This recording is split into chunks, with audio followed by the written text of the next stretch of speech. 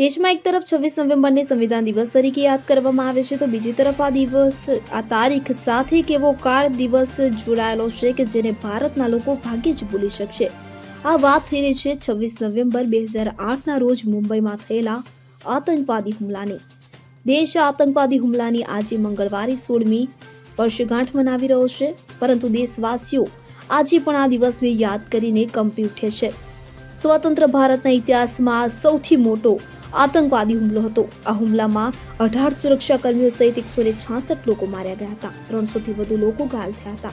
આતંકવાદીઓએ દેશના સૌથી સુરક્ષિત સ્થાનોમાંથી એક મુંબઈની તાજ હોટેલને નિશાન બનાવી હતી. આતંકવાદીઓએ પહેલા CST રેલવે સ્ટેશન પર ગોળીબાર કર્યો અને આ પછી વિલે પાર્લે વિસ્તારમાં પણ ગોળીબાર કર્યો હતો. આ પછી આતંકવાદીઓએ તાજ હોટેલ, ઓબેરોય, ટ્રાઇડેન્ટ હોટેલ અને નરીમન હાઉસ પર હુમલો કર્યો હતો. Bureau report, CN24 news. હવે જુઓ દેશ દુનિયાની તમામ ખબરો તમારી આંગળીના ટેરવે.